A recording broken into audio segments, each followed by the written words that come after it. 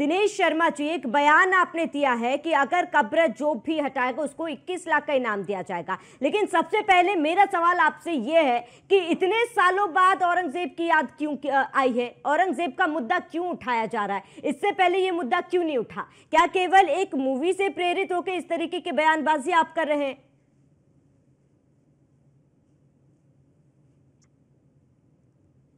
यही पढ़ा था कि औरंगजेब महान शासक था। कांग्रेस सरकार ने मुगल शासकों का ऐसा महिमा मंडन किया।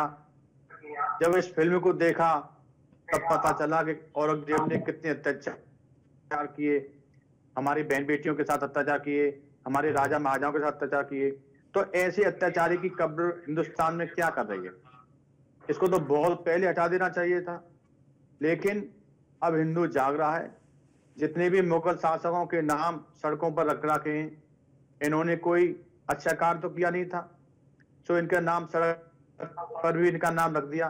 तो ऐसे लोगों की कब्र को भी हटाना चाहिए। इनके जो रोड पर नाम रखा है उसको भी हटाना चाहिए। इन लोगों का महिमा मंडन नहीं करना चाहिए। इन्होंने हमेशा से हिंदू राजा पर अत्याचार किए, हमारे मठ मंदिरों को तोड़ा, जितने भी हमारे हिंदुस्तान के बड़े बड़े मंदिर थे उन सबको तोड़ा। तो ऐसे लोगों का महिमा मंडन नहीं होना चाहिए। यदि किसी को औरंगजेब पसंद है तो उसकी कब्र को वो वहां अपने घर में बनवा ले, अपने घर में उसकी मूर्ति लगा ले। सार्वजनिक स्थान पर ऐसे व्यक्ति की कब्र नहीं बननी चाहिए। दिनेश जी, आपने इस बात का जिक्र किया कि आपने मूवी देखी तो आपको पता चला कि किस तरीके से इतना अत्याचार किया था औरंगजेब ने, कितना क्रूर शासक था।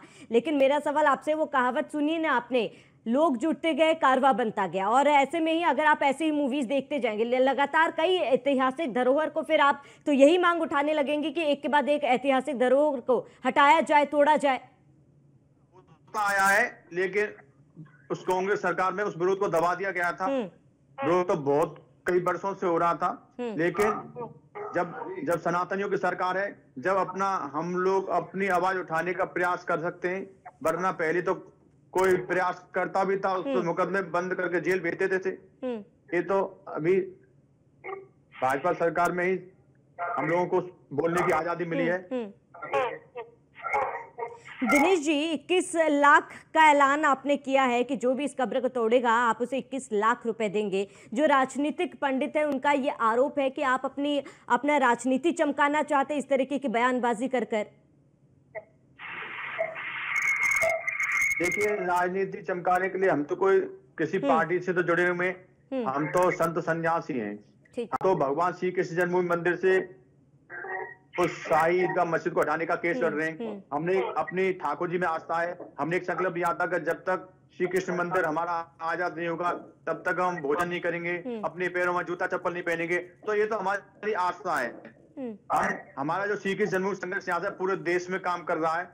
जहाँ जहाँ पर हमारे प्रभु के मंदिरों पर अवैध कब्जा है, उन सभी अवैध कब्जों को हटाने के लिए न्यायालय में लड़ाई लड़ रहा है। तो ये हमारी आस्था है।